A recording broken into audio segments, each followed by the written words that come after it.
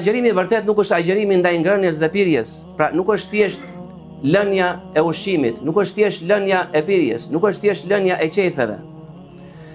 Por agjerimi vërtet është lënia e gjithçkaje të kotë, është lënia e fjalëve të kota, është lënia e fjalëve të turpshme, është lënia e polemikave të padrejta, debateve të padrejta, është lënia e gënjeshtrës, lënia e shpifjes, lënia e akuzimeve të kota, lënia dhe shmanga prej akuzimit të besimtarëve të ndershme,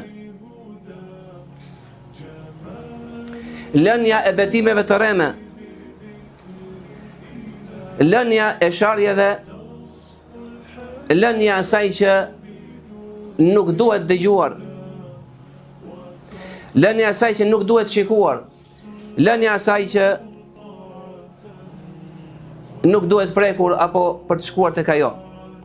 Ndaj agjerimi vërtet apo agjerues i vërtet është ai i cili friksohet të madhit Zot subhanahu wa taala në shikimin e tij, në syt e tij. I friksohet Allahut subhanahu wa taala në dëgjimin e tij.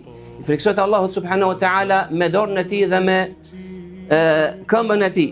I friksohet Allahut subhanahu wa taala me zemrën e tij, duke pastruar zemrën prej çdo sëmundje të saj, prej sëmundjeve të zemrës, prej çmirës, xhelozisë, armiqësisë së kotë, prej vetpëlqimit dhe gjithçka tjetër.